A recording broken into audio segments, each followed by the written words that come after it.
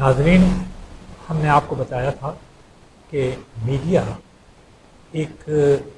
دو دھاری تلوار ہے اور اس کی دونوں دھاریں جو ہیں وہ کل نہیں ہیں، انتہائی تیز ہیں۔ ذرا سی بھی آپ نے غلطی کی اور وہ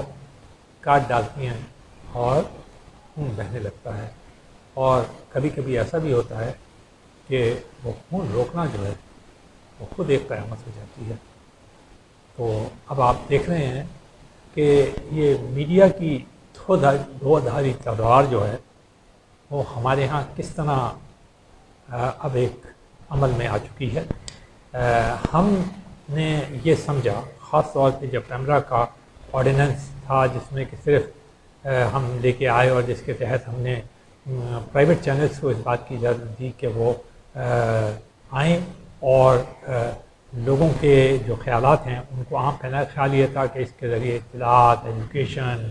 اور نالج اور یہ چیزیں، علم جو ہے وہ پتہ نہیں کس طرح ہم ساری اپنی قوم کے اندر عام کر دیں گے۔ خاص طور پہ ہمارا خیال یہ تھا کہ ہم آزادی رائے جو ہے وہ عام کر دیں گے اور ہر شخص جو ہے وہ آزادی رائے اور جو آئین کے اندر دیا گیا ہے اس کے مطابق عمل کرنے لگے گا، اور ہم جو ہیں وہ شاید ایسا ہوگا کہ ہم صرف ایک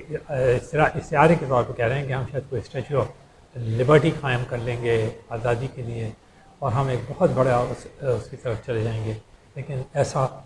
کچھ بھی نہیں ہوا۔ چینل تو ایک تھا، بڑھ کر 150 کی فگر کے اوپر آ رہا ہے۔ ہر وقت چینلز پہ لوگ بیٹھے رہتے ہیں، مارننگ شو سے لے کر رات کو جب تک کہ آپ کی آنکھ بند نہیں ہوتی اس وقت تک تبصرے چل رہے ہوتے ہیں۔ اور سیاست جو ہے وہ ہمارے ہاں بجائے ایک کوئی جسے کہتے ہیں ایک حکمرانی کا طریقہ کار ہو اور لوگوں کی بھلائی کے لیے کام میں لایا جائے، ریاست کو ترقی دی جائے، وہ اب ہمارے ہاں ایک ڈرامے میں تبدیل ہو چکی ہے۔ مجھے آج تک یاد ہے، میرے ایک استاد ہوا کرتے تھے، میں پڑھنے کے لیے گیا پاکستان سے باہر، تو انہوں نے مجھے کہا، جو انگریزی میں کہا اس کا سلیس اردو میں ترجمہ کر دیتا ہوں، کہ یہ جو ہوتا ہے کیا کہتے ہیں، اگر آپ اس میڈیا کے علم کو اس طرح استعمال کریں تو جہاں یہ دو دھاری تلوار ہوتا ہے وہاں پر یہ آزادی بھی ایک انتہائی خطرناک شکل اختیار کر لیتی ہے، اور آپ یہ سمجھنے لگتے ہیں کہ ہر چیز آزاد ہے، جو چاہیں آپ بولیں، جو چاہیں آپ کریں، ہر چیز پہ آپ بولیں، اگر آپ کو پتہ ہو تو بھی بولیں، آپ کو پتہ نہ ہو تب تو بھی بولیں۔ ہم اس طرح آپ کہہ چکے ہیں، اس لیے ہم اسے دہرانا نہیں چاہتے، لیکن آپ نے دیکھا ہے کہ ابھی جو واقعہ ہوا ہے جس کی طرف ہم اشارہ کر رہے ہیں، آپ سبھی کچھ ہر شخص جانتا ہے، اس لیے ہمارے کو کہنے کی ضرورت نہیں ہے، اور اب وہ عدالت میں پیش کر دیا گیا ہے، اور اس کا تعلق بھی جناب شہباز گل سے ہے۔ وہ ڈینائی کرتے ہیں یا اعتراف کرتے ہیں یا پھر آگے بڑھتا ہے وہ کیس، کیا ہوتا ہے کیا نہیں ہوتا، لیکن ایک ہیجان سا اس نے طاری کر دیا ہے۔ وہ باتیں جن کا تصور نہیں کیا جا سکتا تھا ہماری قوم میں، وہ ساری باتیں آ گئیں۔ یہ ضروری نہیں ہے کہ اگر آپ کسی بات کا تصور نہ کرتے ہوں تو اس کا مطلب یہ ہے کہ وہ غلطی ہو اور ہمیں وہ کام نہیں کرنا چاہیے۔ میں مثال کے طور پہ اگر ہم غلط تاریخ کا انٹرپریٹیشن کر رہے ہیں اور بعد میں ہم نے اس تاریخ کا انٹرپریٹیشن صحیح کرنا شروع کر دیا تو بہت اچھا ہے۔ میں آپ کو ایک مثال دیتا ہوں۔ جرمنی جو ہے وہ ہٹلر کے زمانے میں اس نے بہت ہی ساری یورپ کے اوپر یہ الغار کی اور ہزاروں لاکھوں لوگوں کو قتل کیا، ہزاروں اور سینکڑوں شہروں کو تباہ کیا۔ تو جرمنی کے جو حکمران تھے وہ جگہ جگہ جا کے معافی مانگ کرتے تھے۔ اس طرح جاپان کے حکمران جو تھے وہ جگہ جگہ جا کر معذرت کیا کرتے تھے کہ ان کے اس دور کے جو مظالم تھے یا اس دور کی جو غلطیاں تھیں اس پر وہ افسوس کا اظہار کرتے ہیں۔ خود امریکہ نے، ابھی آپ نے دیکھا ہوگا بارک اوباما کے زمانے میں وہ گئے تھے ناگاساکی، اور وہاں جا کر انہوں نے خاموشی اختیار کی تھی۔ ایک طرح سے انہوں نے اپنے وہ جو اپنی قوم کا فعل تھا، لوگوں کی ہلاکت کا، اس کے اوپر ایک معذرت کی تھی، چاہے وہ خاموش معذرت تھی یا کھل کے معذرت تھی، اگر ایسا ہوا تھا تو لوگ قومیں یہ کرتی ہیں۔ لیکن ایک اور بھی مسئلہ پیدا ہو گیا ہے ہمارے یہاں، وہ یہ ہو گیا ہے کہ ہم یہ سمجھ بیٹھے تھے، اور خاص طور پہ یہ جب ویو بہت زیادہ آگے بڑھا 2010 کے بعد سے یہ چڑھنا شروع ہوا، اور گزشتہ آپ یہ سمجھ لیں کوئی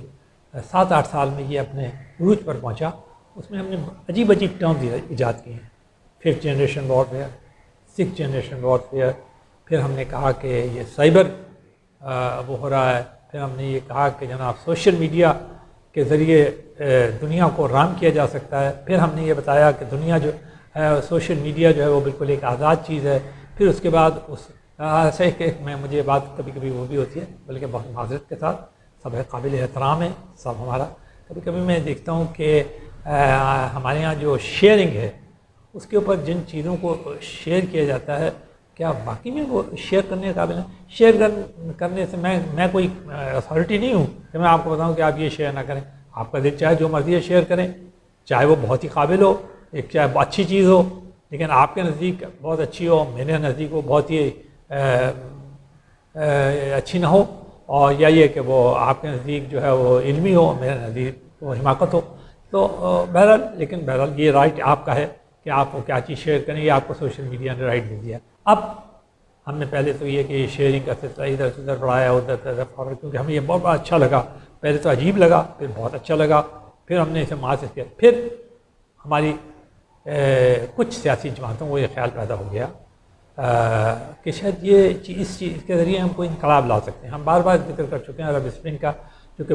بالکل ناکام ہو چکا تھا، اس کا ایگزامپل سامنے رکھنے کے بعد اس قسم کا تجربہ پاکستان میں 22 کروڑ کے اندر، کہ جہاں پر مصر اور پورے عرب دنیا کے اندر جن کی کل آبادی بھی شاید 22 کروڑ نہ ہو، ان کو ملا کر وہ وہاں بری طرح سے ناکام ہوا،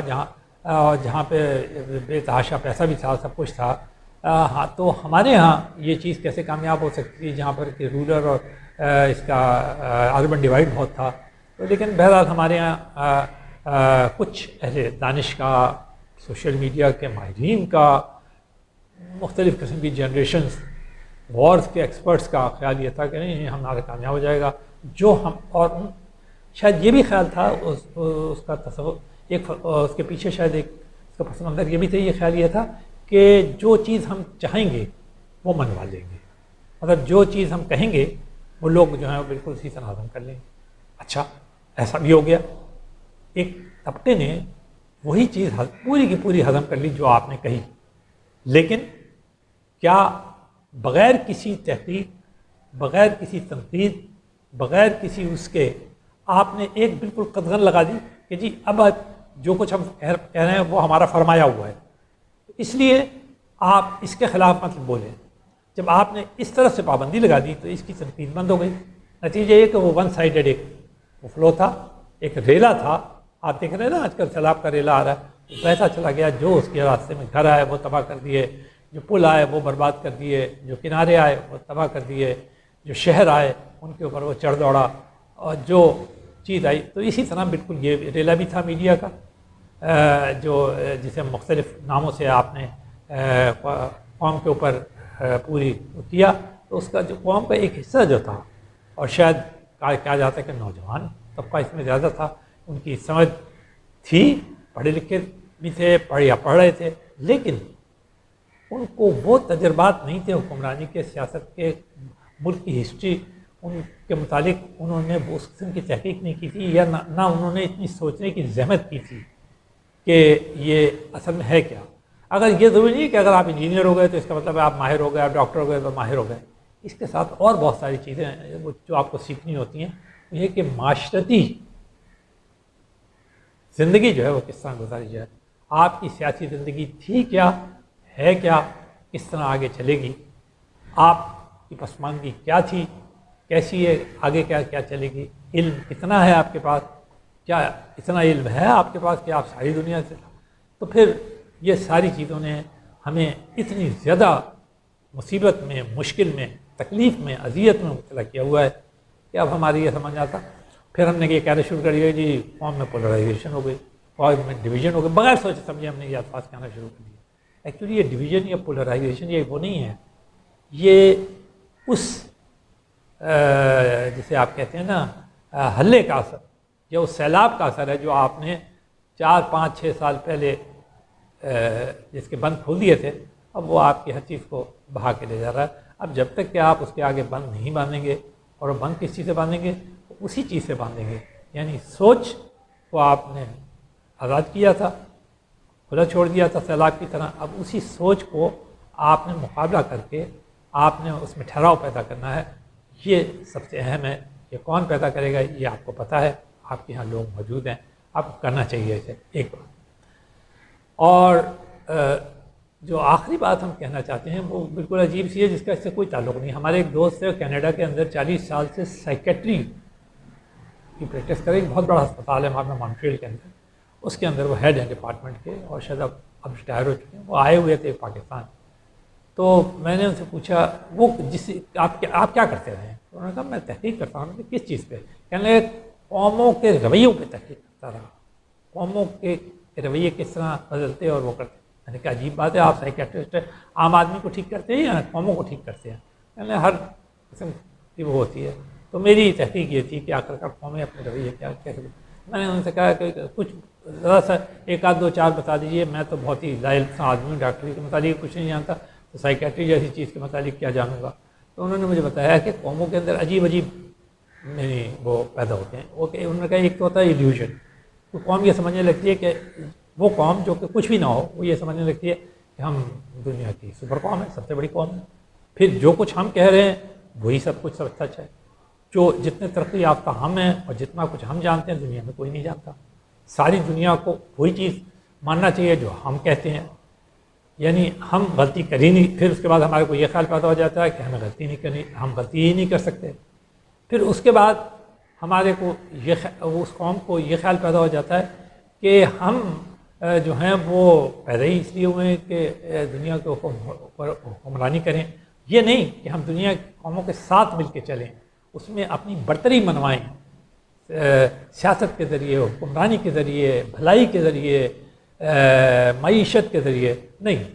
ہم اپنی طاقت کے ذریعے منوائیں۔ یہ ان کے دماغ میں آ جاتا ہے۔ ایسی بہت ساری قومیں آئیں، انہوں نے یہ کام بھی کیا، پھر فنا ہوئی، چلی گئیں، آج ان کا نام و نشان بھی نہیں ہے۔ تو اس نے مجھے بہت ساری یہ مثالیں دیں، مجھے تو بہت کچھ سمجھ میں نہیں آیا۔ آپ کو اگر سمجھ میں آ گیا ہے تو آپ سوچ لیں اس کے مطابق۔ شکریہ۔